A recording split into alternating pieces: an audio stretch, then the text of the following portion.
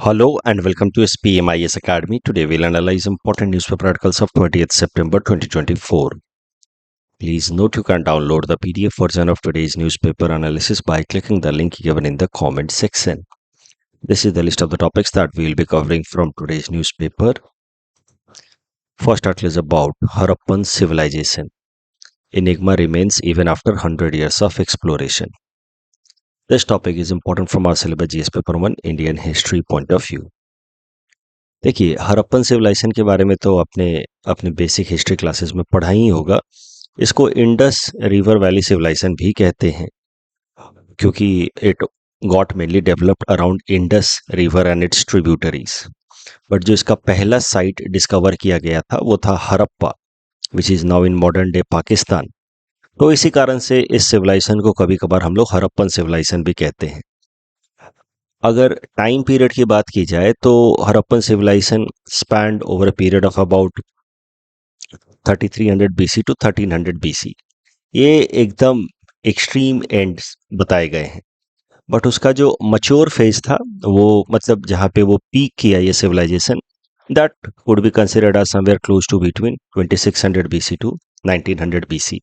उसके बाद धीरे धीरे वो हड़प्पन सिविलाइजेशन डिक्लाइन करने लगा। हड़प्पन सिविलाइजेशन के जो इम्पोर्टेंट साइट्स हैं they are located in now modern day Afghanistan, especially in its north eastern region. उसके अलावा ज़्यादातर साइट्स जो हैं वो पाकिस्तान और भारत में है, नॉर्थ वेस्ट इंडिया में है। तो ये हैं important locations of Harappan civilisation.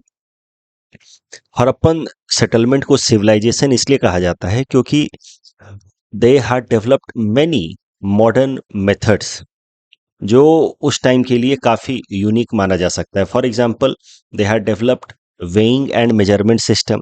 जैसे आज भी हम लोग 1 kg 2 kg ये वेइंग सिस्टम जो इस्तेमाल करते हैं वो उन्होंने भी डेवलप किया था। सील कार्विंग करते थे वो लोग। उसके अलावा मेटलर्जी में भी they were quite developed, copper bronze related metallurgical entities artefacts वो बनाते थे। तो इस कारण से हड़प्पन सेटलमेंट को हड़प्पन सिविलाइजेशन कहा गया है because they had their own way of life, they had developed different aspects of their existence. But Harappan civilisation को लेकर के जैसा ये आर्टिकल भी कहता है, लॉट मेनी एनिग्मा। एनिग्मा मतलब एम्बिग्विटी आप कह सकते हैं। रिमेन्स, एम्बिग्विटी एनिग्मा मतलब उनके बारे में बहुत कुछ हमें पता है नहीं। Little is understood about Harappan civilisation और उसके पीछे कारण सिंपल है। उनका जो स्क्रिप्ट है उसको हम लोग आज तक डिसाइफर नहीं कर पाए पूरी तरह से। तो किसी भी सिविलाइजेशन, किसी भी सेटलमेंट के बारे में जानने का सबसे अच्छा तरीका होता है कि उस टाइम के जो भी स्क्रिप्ट्स हैं उनको हम पढ़ें और फिर उसकी मदद से हम अंदाज़ा लगाएं कि उस टाइम का सोसाइटी कैसा था या पॉलिटिकल स्ट्रक्चर कैसा था। But since little is understood about the Indus valley script, since it has not been deciphered so far, इसी कारण से we don't have much knowledge about the institutions या system of governance of the Harappan civilization. कैसे वो and हुआ इसको लेकर के भी काफ़ी डिफरेंसेस हैं। हड़प्पन सिविलाइजेशन धीरे धीरे क्यों डिक्लाइन करने लगा इसको लेकर के भी डिफरेंसेस हैं। कुछ हिस्टोरियंस का मानना है कि हड़प्पन सिविलाइजेशन के डिक्लाइन होने के पीछे इकोलॉजिकल फैक्टर्स जिम्मेदार हैं। रिवर्स का अपना कोर्स चेंज कर लेना, मॉनसून का फेल होना, डेजर्टिफिकेशन होना of this area, this is the reason. Well some historians believe कि invasion by people specially from the steppes region, जिनको आर्यन कहा गया, invasion by these people and conflict with these local settlers in Harappan civilization, इनके बीच में और Aryans के बीच में जो कन्फ्लिक्ट हुआ, Aryans coming from steppe region और यहाँ पे लोकल सेटलर्स के बीच में जो कन्फ्लिक्ट हुआ, that is the reason behind decline of Harappan civilisation, ऐसा भी कुछ हिस्टोरियंस का मानना है। हड़प्पन सिविलाइजेशन की अगर बात की जाए, जैसा कि मैंने आपको बताया, इसके स्क्रिप्ट को हम लोग डिसाइफर नहीं कर पाए। उसका स्क्रिप्ट यानी कि लिखने का जो तरीका था वो पिक्टोग्राफिक नेचर का था। इस तरीके के उनके स्क्रिप्ट्स दिखते हैं और इसको पूरी तरह से डिसाइफर अभी तक हम लोग नहीं कर पाए। Such scripts of Indus valley civilization is known as pictographic script. Important sites की अगर बात की जाए तो इंडस वैली सिविलाइजेशन में Mohenjodaro, Harappa, Ganweriwala, these are the important sites which are now in modern day Pakistan. भारत के अंदर जो इंपॉर्टेंट साइट्स हैं वो हैं राखी कड़ी, Dholavira. So these five together are considered to be the biggest Harappan sites. लेकिन छोटे छोटे अगर साइट्स को मिला लिया जाए तो there are more than 2000 Harappan sites and overall 1.5 million square kilometre area prevailed in Harappan civilisation time, जो आज के टाइम में मॉडर्न डे इंडिया, पाकिस्तान और अफगानिस्तान के ओवर स्प्रेडेड है. हरप्पन साइट्स की अगर डिस्कवरी की बात की जाए तो सबसे पहला जो साइट डिस्कवर हुआ वो था हरप्पा. इसीलिए सिविलाइजेशन को हरप्पन सिविलाइजेशन नाम से भी जाना जाता है, because the first site to be discovered was Harappa itself, the bank of Ravi river. इसको डिस्कवर करने वाले स्केविशनिस्ट का नाम था, स्केविशनर का नाम था डी आर साहनी साहब. डी आर साहनी साहब ने हरप्पन साइट को डिस्कवर किया इन द ईयर 1921-22. उसके कुछ ही दिनों बाद आर डी बनर्जी, रखल दास बनर्जी साहब ने मोहनजोदारो साइट को डिस्कवर किया. सो इस तरीके से मोहनजोदारो, यहाँ हरप्पा थोड़ा सा ऊपर. तो first D R Sahni excavated and found Harappa settlement and then R D Banerji found in 1922 Mohenjodaro. और दोनों ही जगहों पे कई सारी ऐसी चीजें मिली जैसे पेंटेड पॉटरी, सील्स, जिससे ये बात समझ आ गई कि there use to be a civilisation at this location earlier. तो जैसे जैसे टाइम बीतता जाता है वो सिविलाइजेशन के जितने भी एसोसिएटेड आर्टिफैक्ट्स हैं वो नीचे लेयर बाय लेयर दबते जाते हैं. तो इसीलिए अगर हम अर्थ की डिगिंग करना शुरू कर दें तो लेयर बाय लेयर हमें पता चलना शुरू हो जाएगा कि इस जगह पे हिस्टोरिकली या क्रोनोलॉजिकली कौन से लोग पहले रहते थे, उसके बाद कौन. तो आप कह सकते हैं कि अर्थ का जो प्रोफाइलिंग है, लेयर प्रोफाइलिंग है, वो कहीं ना कहीं हिस्ट्री का भी रिप्रेजेंटेशन करता है. तो इस तरीके से एक्सकेवेशन करके डी आर सानी साहब और आर डी बनर्जी साहब ने हरप्पा और मोहनजोदारो साइट को पाया. और फिर और भी एक्सकेवेशन हुए तो पता चला कि they were not just two sites but a series of sites together they could be called as civilization because of the developments in several aspects of life which the people in this area enjoyed. तो ये 1921-22 में ये बातें हो गई भारत के अंदर. हमें मोटा मोटा ये भी पता चल गया कि लगभग 4000 साल पहले यहाँ पे एक सिविलाइजेशन हुआ करता था.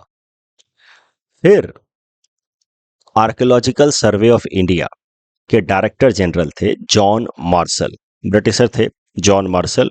उन्होंने 20 सितंबर यानी कि आज के दिन 1924 में, यानी कि एग्जैक्टली 100 साल पहले, एक आर्टिकल लिखा in the illustrated London newspaper.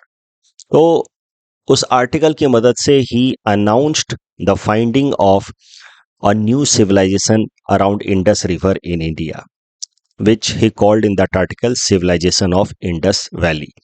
तो इसी कारण से आर्टिकल आया है. बिल्कुल 100 साल आज पूरे हो रहे हैं उस आर्टिकल के पब्लिश होने के. और वैसे तो ये साइट्स 2 साल पहले ही लगभग डिस्कवर हो गया था, बट पूरी दुनिया को आर्कियोलॉजिकल सर्वे ऑफ इंडिया के डायरेक्टर जनरल जॉन मार्शल ने ये आर्टिकल लिख करके बताया कि new civilisation has been found, ancient civilisation has been found.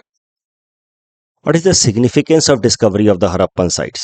इसका क्या सिग्निफिकेंस देखा जा सकता है?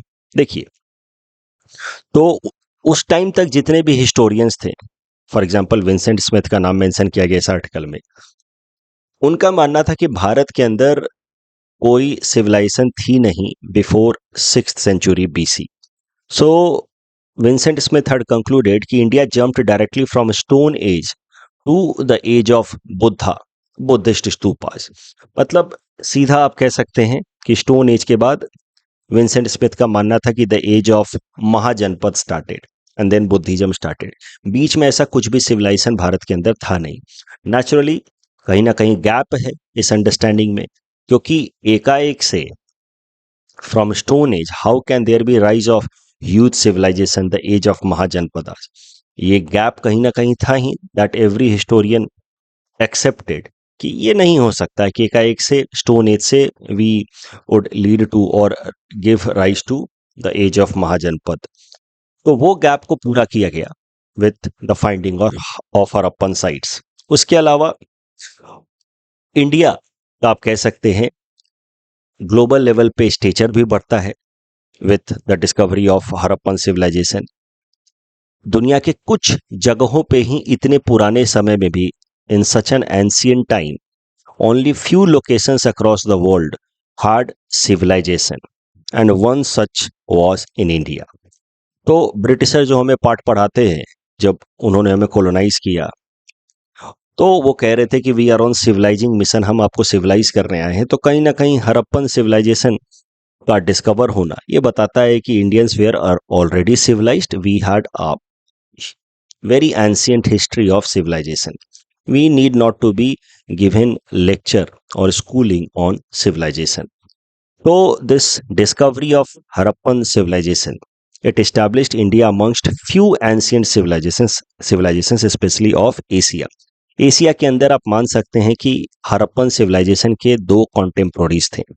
Mesopotamian civilization developed around Euphrates and Tigris river. Rivers are important for development of civilization because rivers will provide base for agriculture, and when there will be agricultural surplus, then only the basic needs of food will be fulfilled and people will engage into other activities. For example, carving, singing, music, writing, painting, poetry, and that will lead to rise of civilization. तो civilization के लिए river का होना बड़ा महत्वपूर्ण है। Mesopotamian civilisation developed around Euphrates and Tigris river, कह सकते हैं मॉडर्न डे इराक के आसपास। And Egyptian civilisation developed around Nile river. अभी इस आर्टिकल में चर्चा की गई है कि though many things have been found about the Harappan civilisation yet lot many mystery continues. Mystery around their script, mystery around their decline, कि आखिर ये खत्म कैसे हुआ, क्यों ये डिक्लाइन होने लगा, and mystery around their connections with the contemporary civilizations of Mesopotamian and Egyptians, कि उनके साथ कितना ट्रेड रिलेशन था, कितना पॉलिटिकल रिलेशंस था, उसको लेकर के भी अभी पूरी तरह से क्लैरिटी नहीं है। अलग अलग थ्योरी सजेस्ट की गई हैं with respect to decline of Harappan civilisation. More or less every historian agree कि the decline began from 1900 BC onward, but उसके पीछे एग्जैक्ट कारण क्या है, एनवायरमेंटल फैक्टर्स है या इन्वेजन बाय आर्यंस है, that is not established so far. Indus valley civilisation के ऊपर यूपीएससी ने साल 2011 में ये प्रीलिम्स में प्रश्न पूछा था। अच्छा क्वेश्चन है, attempt this question and submit the answer in the comment section. UPSC ने 2021 में ये मेंस में प्रश्न पूछा था with respect to Harappan civilisation कि डू यू अग्री कि ecological factors led to rise and decline of Harappan civilisation, flow and ebb. तो आपको पहले हड़प्पन सिविलाइजेशन के बारे में थोड़ा सा बता देना था और उसके बाद आपको बताना था कि कैसे इकोलॉजिकल फैक्टर्स के कारण राइज हुआ हड़प्पन सिविलाइजेशन का, और फिर आपको एक ट्रांजिशन लाइन देना था। आपको बार बार मैंने बताया है, न्यूज़पेपर एनालिसिस में भी, क्लासरूम में भी, आंसर राइटिंग सेशन डिस्कशंस में मैंने आपको बताया है कि नॉर्मली हर एक प्रश्न में दो पार्ट होते हैं। दोनों पार्ट को आइडेंटिफाई करना पहले और फिर दोनों पार्ट को अलग अलग से डील करना with ample number of points, ये अप्रोच आपको अच्छा मार्क्स दिलाएगा। तो इस सवाल में भी आप देखें तो दो पार्ट है, इकोलॉजिकल फैक्टर्स के कारण rise of Indus valley civilisation and then the same ecological factors behind decline of Indus valley civilisation या हड़प्पन सिविलाइजेशन। तो पहले आपको राइज बताना है कि how the ecological factors led to rise, उसके लिए 3-4 पॉइंट्स दे दिए। फिर आपको डिक्लाइन बताना है, लेकिन मैंने आपको बार बार कहा है कि जो दोनों पार्ट होते हैं प्रश्न के, उनको तो डील करना ही है, बट एब्रप्ट चेंजेस नहीं करने हैं। मतलब पहले पार्ट को डील कर दिया, फिर दूसरे पार्ट को डील करने से पहले दोनों पार्ट के बीच में एक ट्रांजिशन लाइन, 1 या 2 सेंटेंसेस जरूर दें। तो पहले आप राइज बताया, फिर आप डिक्लाइन बताइए कि why ecological factors led to decline, लेकिन बीच में एक ट्रांजिशन लाइन दे दीजिए। आंसर का एक basic structure, introduction, then deal with the first question, then a transition line, then deal with the second question, and then conclusion में जो भी डिस्कशंस आपने किए हैं अभी तक उसको समराइज तरीके से लिख दीजिए। एक आधा कुछ नई बातें भी लिख सकते हैं, थोड़ा सा जो की आइडिया से डिफर कर रहा हो। जैसे इकोलॉजिकल फैक्टर्स के अलावा आप कंक्लूजन में मेंशन कर सकते हैं कि कुछ हिस्टोरियंस का मानना है कि it was not ecological factors but invasion by Aryans that lead to decline of Harappan civilisation. The next article is about FATF praising India. This topic is important from our syllabus GS paper 2 international agencies point of view. FATF financial action task force, ये एक international body है, inter governmental body है, यानी कि दुनिया की अलग अलग सरकारों ने, गवर्नमेंट्स ने मिल करके बनाया इसको. Founded in 1989. इसका हेडक्वार्टर है एट पेरिस इन फ्रांस. इसका अगर मेन लक्ष्य देखें FATF as an intergovernmental body, तो इसका मेन लक्ष्य है टेरर रिलेटेड फाइनेंस को कर्ब करना, यानी कि वो सारे फाइनेंशियल ट्रांजैक्शंस जो अल्टीमेटली टेररिज्म को सपोर्ट करते हैं, उन फाइनेंशियल ट्रांजैक्शंस को कट डाउन करना. न फाइनेंस सपोर्ट मिलेगा, न टेरर एक्टिविटी फ्लरिश करेगा. दूसरा, prevent money laundering. Money laundering is a process through which the black money is transformed into legalised, seemingly legalised money. तो मनी लॉन्ड्रिंग को भी प्रिवेंट करना और टेरर फाइनेंसिंग को कट डाउन करना, ये दो मेन लक्ष्य है FATF का. FATF के अंदर टोटल 38 मेंबर कंट्रीज हैं. India is also a member of FATF. इसके अलावा there are 2 regional organisations, Gulf Cooperation Council and European Commission, also member of FATF. FATF की शुरुआत जो है वो happened with G7 countries with the main goal of combating money laundering. With time, additional goal of curbing terror finance was added, plus new and new member countries were also added to FATF. FATF terror finance और money laundering को रोकने के लिए 2 list prepare करता है, grey list and black list. Grey list में उन देशों का नाम रखा जाता है जो कहीं ना कहीं इन दोनों एस्पेक्ट्स पे पूरी तरीके से इफेक्टिवली काम नहीं कर रहे हैं, उनको रखा जाता है ग्रे लिस्ट पे. बेसिकली ग्रे लिस्ट का मतलब these countries are under watch, कि आपके यहाँ का जो एडमिनिस्ट्रेशन है वो टेरर फाइनेंस और मनी लॉन्ड्रिंग को रोकने में ठीक तरीके से काम नहीं कर रहा है. They are under watch. और अगर उनका यही खराब परफॉर्मेंस कंटिन्यू रहा तो they could be transition to black list also. तो grey list is like a yellow card in football match, कि आपको वार्निंग मिल गई है, ये सुधर जाओ, नहीं तो फिर रेड कार्ड भी मिल सकता है, तुमको बैन भी किया जा सकता है. कुछ देश जो अभी ग्रे लिस्ट में हैं FATF के, वो Bulgaria, Kenya, Monaco, Venezuela, Vietnam. कुछ देशों को अभी हाल फिलहाल में हटाया गया है, वहां से बाहर निकाल दिया गया है, जैसे जमाइका, पाकिस्तान, टर्की. तो पाकिस्तान लगभग 4 से 5 साल तक ग्रे लिस्ट में था, उसको लगातार वार्निंग मिल रही थी FATF से, लेकिन हाल फिलहाल में Pakistan has been pulled out of grey list because of its efforts to curb down money laundering and terror finance. ऐसा FATF के मेंबर्स को लगता है कि पाकिस्तान ने टेरर फाइनेंस और मनी लॉन्ड्रिंग पे कर्ब किया है, इसीलिए उनको ग्रे लिस्ट से निकाल दिया. ब्लैक लिस्ट में उन देशों का नाम है जो कहीं ना कहीं पूरी तरह से फेल हो गए हैं, जो एडमिनिस्ट्रेशंस पूरी तरह से फेल हो गए in curbing terror finance and money laundering, उनको ब्लैक लिस्ट कर दिया जाता है. इसमें 3 देशों के नाम है अभी, North Korea, Iran and Myanmar. इन देशों को ऑफिशियली बुलाया जाता है with the name non cooperative countries और territories, NCCT. Black listed countries के साथ फिर क्या प्रॉब्लम्स होती हैं? They are subjected to lot of trade sanctions. उनके साथ जो मेंबर कंट्रीज हैं FATF के जनरली ट्रेड नहीं करते, या ट्रेड करते भी है तो काफ़ी लिमिटेड तरीके से करते हैं. Black listed countries can not gate loan from international institutions like IMF and world bank. अब करंट न्यूज़ पे आते हैं. FATF ने हाल फिलहाल में भारत के अंदर टेरर फाइनेंस और मनी लॉन्ड्रिंग को रोकने के लिए किस तरीके के प्रोविजंस हैं उसका इवैल्यूएशन किया, और इवैल्यूएशन के बाद FATF मेंबर्स ने कंक्लूड किया कि भारत के अंदर एक प्रॉपर सिस्टम चल रहा है. FATF has praised India for having a regular follow up category in terms of anti money laundering and counter terror finance. Regular follow up category का मतलब है कि there is a good progress in implementing anti money laundering processes and counter terror financing. तो सरल भाषा में कहें तो एक म्यूचुअल इवैल्यूएशन हुआ.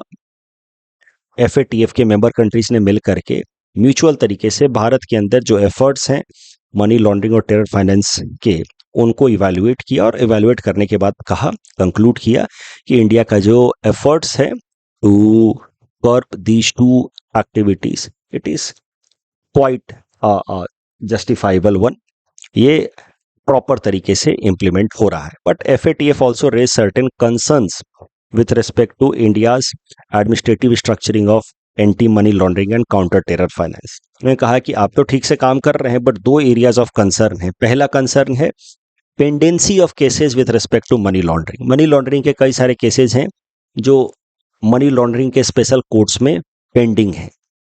तो पेंडेंसी ऑफ केसेस तो भारत के अंदर एक मेजर प्रॉब्लम है ही। मनी लॉन्ड्रिंग के केसेस में भी pendency of cases is a problem which has been highlighted by FATF।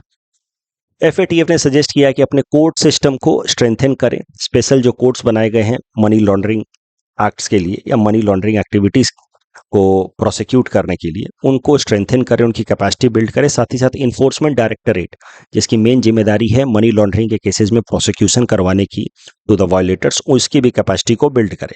साथ ही साथ FATF ने कंसर्न रेज किया है with respect to the terror groups getting active in India. तो टेरर फाइनेंसिंग भी बढ़ रही है, उसको लेकर के FATF ने सजेस्ट किया कि इंडिया शुड बी वॉचफुल। तो FATF का कहना है कि terror groups like ISIS, Al-Qaeda, they are now getting active in and around Jammu and Kashmir. Their financing needs to be cut down. इस डिस्कशन के बेसिस पे प्रीलिम्स प्रैक्टिस क्वेश्चन हमने आपको दे रखा है। Please attempt this question and submit the answer in the comment section. The next article is about White Revolution 2.0. This topic is important from our syllabus GS paper 3 Indian economy point of view. White Revolution 2.0 यानी कि second version of white revolution, उसको समझने से पहले white revolution जो पहली बार भारत में लाया गया, हम कह सकते हैं व्हाइट रिवॉल्यूशन 1.0, उसकी हिस्ट्री देख लेते हैं। देखिए, भारत में आजादी के वक्त फूड इनसिक्योरिटी का प्रॉब्लम तो मैसिव था ही, एक मेजर प्रॉब्लम तो था ही। उसी दौरान 1946 में, आजादी से एक साल पहले, गुजरात के आनंद डिस्ट्रिक्ट में एक मिल्क कोऑपरेटिव सोसाइटी बनाई गई। मिल्क कोऑपरेटिव सोसाइटी का मतलब है कि फार्मर्स ने मिल करके ही, जो डेयरी फार्मर्स हैं उन्होंने मिल करके एक ग्रुप बनाया, जहां पे उन्होंने फैसला किया कि हम ज्वाइंट तरीके से मिल्क प्रोड्यूस करेंगे, पैकेजिंग करेंगे, मार्केटिंग करेंगे, सेल करेंगे, और जो पैसा अर्न होगा उसको हम लोग फेयर तरीके से आपस में डिस्ट्रीब्यूट करेंगे। इससे क्या होगा कि the problem of middle man could be eliminated and the entire benefit of the remuneration could be divided amongst the farmer only। तो ये फैसला हुआ आनंद डिस्ट्रिक्ट ऑफ गुजरात में। फार्मर्स ने मिल करके एक डेयरी कोऑपरेटिव बनाया 1946 में। उस डेयरी कोऑपरेटिव का वैसे तो नाम था Kaira District Cooperative Milk Producer Union Limited, लेकिन उन्होंने जिस ब्रांड से अपना प्रोडक्ट बनाना शुरू किया वो था Amul brand. Amul brand became very very successful. Amul brand के कारण ओवरऑल मिल्क प्रोडक्शन भी बढ़ा भारत के अंदर, फार्मर्स की इनकम भी ऑगमेंट हुई। जब फार्मर्स की इनकम बढ़ी तो उन्होंने अपने कैटल्स के ऊपर इन्वेस्टमेंट किया, उसको बढ़िया फीड दिया, बढ़िया ट्रीटमेंट दिया हेल्थ रिलेटेड, तो इससे कैटल्स की प्रोडक्टिविटी बढ़ी और एक पूरा पूरा वर्चुअस साइकिल क्रिएट हो गया in the dairy field as far as the milk production in Gujarat and surrounding areas like Bombay market was concerned. तो फिर अमूल के सक्सेस को देखते हुए कि मिल्क कोऑपरेटिव्स को बनाने से फार्मर्स की इनकम ऑगमेंट होती है और फार्मर्स फिर अपने कैटल्स पे इन्वेस्ट करते हैं, ओवरऑल एक वर्चुअस साइकिल बन जाता है। तो अमूल के सक्सेस को देखने के बाद भारत सरकार ने फैसला किया कि अमूल जैसा ही मॉडल पूरे भारत भर में डेवलप किया जाएगा, ताकि भारत भर के अलग अलग हिस्सों में मिल्क कोऑपरेटिव सोसाइटी बनाई जाए और एक वर्चुअस साइकिल क्रिएट किया जाए इन द डेयरी सेक्टर। और इस आइडिया को इम्प्लीमेंट करने के लिए एक बॉडी बनाई गई, नेशनल डेयरी डेवलपमेंट बोर्ड, इन 1970। और उस नेशनल डेयरी डेवलपमेंट बोर्ड के पहले चेयरमैन बने डॉक्टर वर्गीज कुरियन साहब एज अ साइंटिस्ट। और फिर इनको काम दिया गया कि आप मिल्क प्रोडक्शन बढ़ाएं भारत के अंदर, रेप्लिकेटिंग अमूल मॉडल। और ऐसा ही किया गया, भारत के अलग अलग हिस्सों में फिर मिल्क कोऑपरेटिव सोसाइटीज बनाई गई। उसी कॉन्टेक्स्ट में असम के अंदर एक मिल्क कोऑपरेटिव सोसाइटी बनी 1976 में, इसका नाम है वमूल, और जिसने पूर्वी ब्रांड नाम से अपना मिल्क प्रोडक्शन करना शुरू किया, मिल्क एंड एसोसिएटेड प्रोडक्ट्स को प्रोड्यूस करना शुरू किया। और इस तरीके से भारत के अलग अलग हिस्सों में अमूल मॉडल को रेप्लिकेट किया गया। इट बिकेम वेरी सक्सेसफुल और मिल्क प्रोडक्शन काफ़ी टाइम इंक्रीज हो गया। और इसी कारण से जो नेशनल डेयरी डेवलपमेंट का इनिशिएटिव है मिल्क प्रोडक्शन को इंक्रीज करने का, उसको एक रिवॉल्यूशन का नाम दिया गया। व्हाइट रिवॉल्यूशन, जिसको हम लोग ऑपरेशन फ्लड नाम से भी जानते हैं, and doctor Verghese Kurien is considered as father of white revolution. इससे फायदा क्या हुआ? व्हाइट रिवॉल्यूशन के सक्सेस से India became largest milk producer in the world. It provided livelihood to millions of farmers, it increase their overall income also. Milk cooperatives भी develop हुए भारत के अलग अलग हिस्सों में, तो इससे रूरल एरियाज में इंप्लॉयमेंट अपॉर्चुनिटीज क्रिएट हुए फार्मर्स के लिए। तो ये फायदा हुआ मिल्क प्रोडक्शन के ऑगमेंटेशन से as a result of white revolution in India, जिसके रूट्स तो अमूल से रिलेटेड हैं way back in 1946 Anand district of Gujarat. लेकिन व्हाइट रिवॉल्यूशन एक्चुअली फ्लोरिश हुआ 1970 के बाद, when Amul model was replicated across the country by National Dairy Development Board, whose first chairman was Dr. Varghese Kurian। अब current news पे आते हैं। भारत के union home and cooperation minister Amit Shah ji ने फैसला किया है कि अब व्हाइट रिवॉल्यूशन को रेप्लिकेट किया जाएगा फिर से इन सम न्यू मोड या न्यू फेज, जिसको नाम दिया गया है व्हाइट रिवॉल्यूशन 2.0। इसके अंतर्गत नए नए डेयरी कोऑपरेटिव्स और बनाए जाएंगे भारत के अंदर। एक नया टारगेट रखा गया है मिल्क प्रोडक्शन के लिए कि जो मिल्क कोऑपरेटिव्स हैं अभी मौजूदा टाइम में दे बेसिकली प्रोक्योर, या सरल भाषा में कहें तो by about 660 lakh litre of milk from farmers, dairy farmers on daily basis. उसको बढ़ा करके 1000 लाख लीटर्स तक पहुंचाना है ऑन डेली बेसिस। ये है टारगेट व्हाइट रिवॉल्यूशन 2.0 का, कि जो कोऑपरेटिव यूनिट्स हैं वो फार्मर से जो मिल्क खरीदते हैं और फिर फार्मर्स को उसके बदले में जो पैसा देते हैं, वो अभी के टाइम में प्रोक्योरमेंट 660 लाख लीटर है, उसको बढ़ा करके 1000 लाख लीटर तक पहुंचाना है। देश के अंदर कोऑपरेटिव एग्रीकल्चर से रिलेटेड कोऑपरेटिव इंफ्रास्ट्रक्चर को स्ट्रेंथन करना है। लेकिन अब कोशिश ये रहेगी कि किसी एक सिंगल पर्पस से कोऑपरेटिव ना बनाए जाए, जैसे हॉर्टिकल्चर कोऑपरेटिव या ग्रेप्स कोऑपरेटिव ऐसे नहीं बनाया जाए। फार्मर्स या एग्रीकल्चर से रिलेटेड एक मल्टीपर्पस कोऑपरेटिव सोसाइटी बनाई जाए और उस मल्टीपर्पस प्राइमरी कोऑपरेटिव सोसाइटीज के अंतर्गत फिशरीज प्रोडक्शन को भी प्रमोट किया जाए, डेयरी प्रोडक्शन को भी प्रमोट किया जाए। तो व्हाइट रिवॉल्यूशन 2.0 के अंतर्गत देश के अंदर लगभग 2 lakh multipurpose primary agriculture cooperative societies बनाए जाएंगे और overall milk procurement by this cooperative societies will also be increased by about 50%। White revolution 2.0 का मेन 2 लक्ष्य है विमेन एम्पावरमेंट, क्योंकि मिल्क प्रोडक्शन जब बढ़ेगा उसमें ज़्यादातर विमेन डायरेक्टली इंगेज्ड होती हैं, तो उस केस में विमेन की फाइनेंशियल एबिलिटीज थोड़ी सी और इम्प्रूव होगी and that will empower women economically. दूसरा malnutrition, because milk is an important source of protein. तो अगर मिल्क प्रोडक्शन देश के अंदर बढ़ेगा तो माल न्यूट्रिशन को भी फाइट किया जा सकेगा, जो भारत की खराब रैंकिंग है ग्लोबल हंगर इंडेक्स में, उसको टैकल किया जा सकेगा। यूपीएससी ने सीएपीएफ पेपर में एक सिंपल सा सवाल पूछ लिया था साल 2022 वाले में पेपर में, what is operation flood? Please attempt this question, submit the answer in the comment section. The next article is about world food India 2024। This topic is important from our syllabus GS paper 3 food processing point of view. अगर आप अपना GS paper 3 का syllabus देखें तो food processing एक अलग से सीधा सीधा चैप्टर दिया है अंडर इंडियन इकोनॉमी सेगमेंट। तो फूड प्रोसेसिंग से रिलेटेड काफी अच्छा नॉलेज मिलेगा हमें इन दिस आर्टिकल। हुआ क्या है हाल फिलहाल में, पहले वो देखते हैं। एक इंटरनेशनल कॉन्फ्रेंस बुलाई गई भारत के कैपिटल सिटी न्यू दिल्ली में। कॉन्फ्रेंस का नाम था वर्ल्ड फूड इंडिया 2024, जिसमें दुनिया भर के अलग अलग फूड प्रोसेसिंग इंडस्ट्रीज और उनके रिप्रेजेंटेटिव्स को इनवाइट किया गया।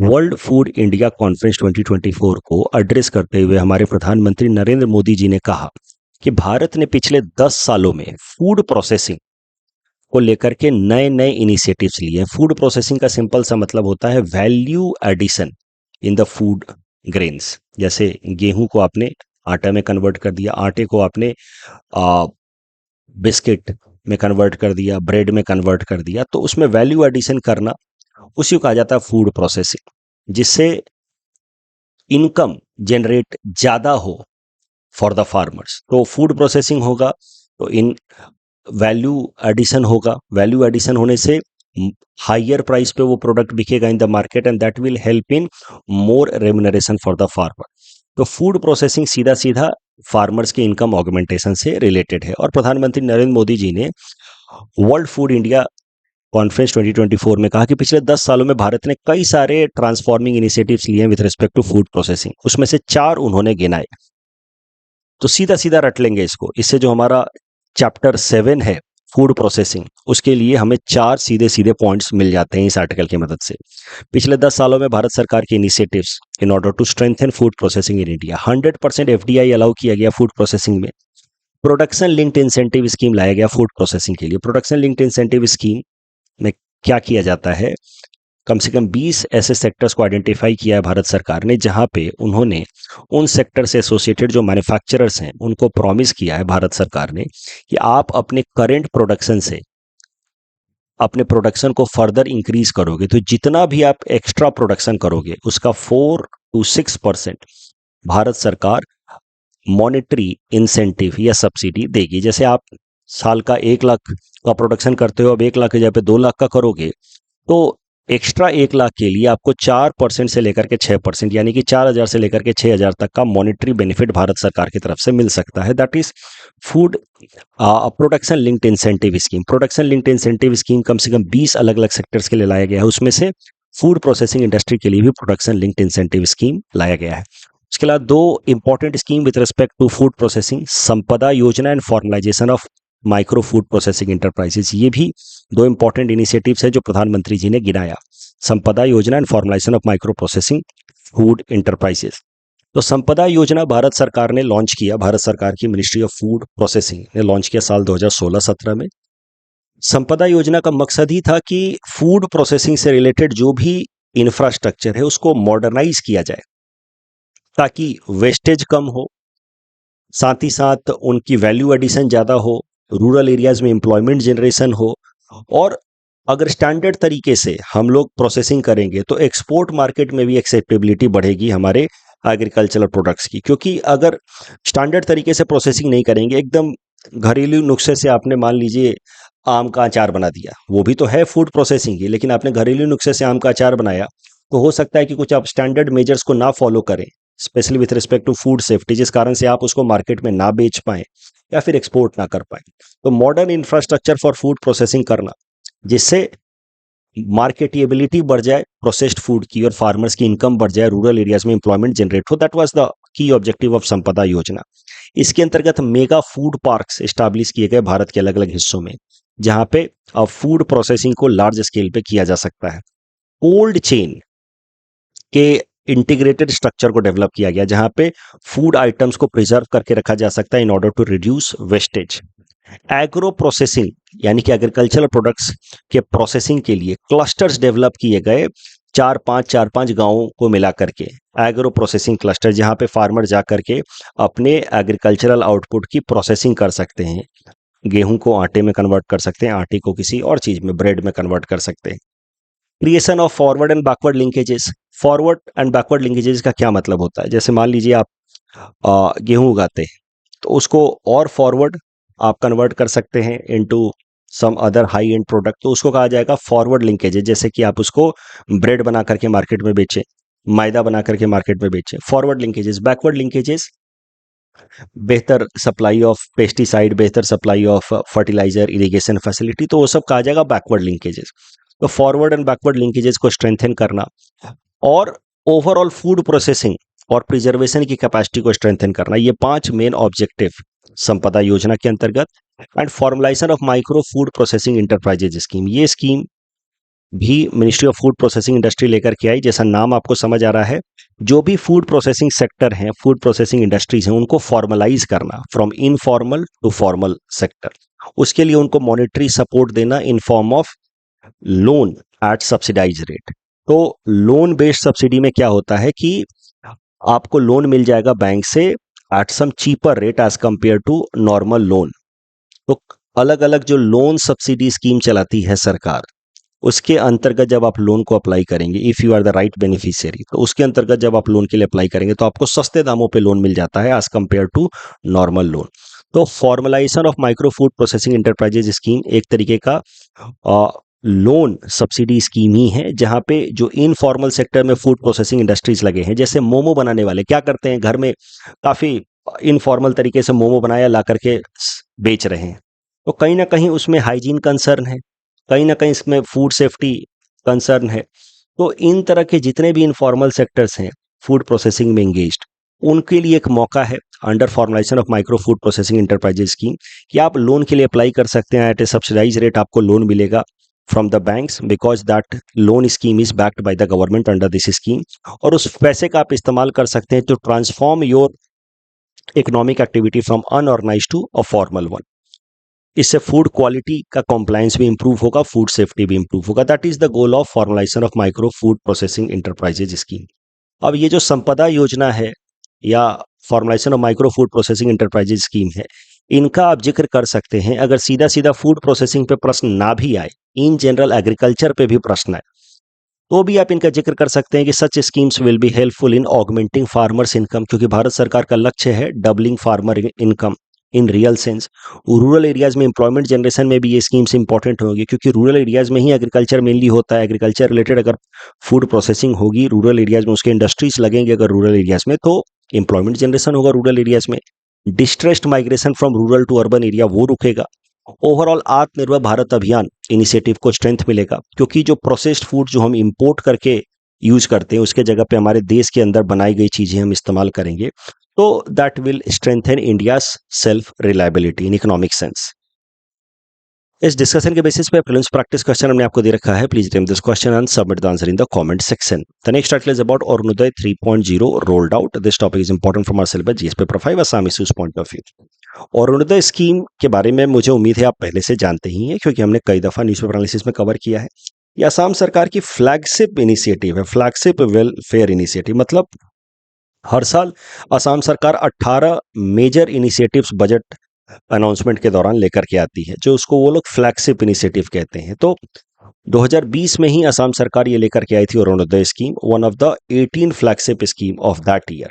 हर साल 18 मेजर स्कीम्स लाती है सरकार, असम सरकार, उसमें से एक ये थी इन द ईयर 2020 इटसेल्फ। इस अरुणोदय स्कीम के अंतर्गत फाइनेंशियल असिस्टेंस दिया जाता है to economically vulnerable family, specially वो परिवार जहां पे विमेन हेड है, उस परिवार को प्रायोरिटाइज किया जाता है इन अंडर अरुणोदय स्कीम। इस अरुणोदय स्कीम के अंतर्गत if there is a poor family, vulnerable family, specially with women as its head, तो उस परिवार को मंथली असिस्टेंस दिया जाता है ₹1250 का। पैसा जो है वो डायरेक्टली बैंक अकाउंट में ट्रांसफर कर दिया जाता है टू द एलिजिबल बेनिफिशियरीज। और अरुणोदय स्कीम के इम्प्लीमेंटेशन के लिए प्रॉपर इंक्लूजन एक्सक्लूजन क्राइटेरिया है। एक्सक्लूजन क्राइटेरिया मोटा मोटा देख लीजिए, अगर किसी फैमिली में गवर्नमेंट एम्प्लॉय है, टैक्स पेयर्स हैं, या अगर कोई व्हीकल ओनर है जैसे 4 व्हीलर व्हीकल्स वगैरह है, तो फिर उस परिवार को एक्सक्लूड कर दिया जाएगा from Arunodaya scheme benefits. Current news ये है कि हमारे चीफ मिनिस्टर हिमंता बिस्वा शर्मा साहब ने अरुणोदय स्कीम का ओवरऑल और एक्सटेंशन कर दिया है।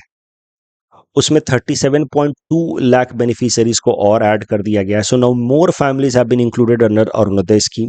इसको कहा गया है Arunodaya 3.0। And now each family, added family also will receive the monthly benefit of ₹1250, ताकि उनका बेसिक नीड्स पूरा हो पाए। कल जो हमने आपको प्रैक्टिस क्वेश्चन दिया था उसमें पहला स्टेटमेंट ठीक है, उसमें कोई गलती नहीं है। लोकसभा और स्टेट लेजिस्लेटिव असेंबली का इलेक्शन एक साथ होगा, साइमल्टेनियस इलेक्शंस के कॉन्सेप्ट के हिसाब से। ओनली लिखा रहता तो गलत हो जाता, क्योंकि इसमें पंचायती राज इंस्टीट्यूशंस भी हैं। ओनली लिखा नहीं है, इसलिए ये स्टेटमेंट फिर भी ठीक है। दूसरा स्टेटमेंट गलत है। 1967 के बाद से वो साइकिल टूट गया है। Earlier already we had simultaneous election का concept. Houthis are mainly in Yemen and Venus mission से रिलेटेड तीसरा स्टेटमेंट गलत है। पीएम आशा, तीनों स्टेटमेंट सही हैं। अगेन यहाँ पे तीसरा स्टेटमेंट गलत है। पुलिकल इज अ फोक डांस, तो इसका क्लासिकल म्यूजिक या रिलीजियस चांट से लेना देना नहीं है। That's all from our side for today. Thanks for watching.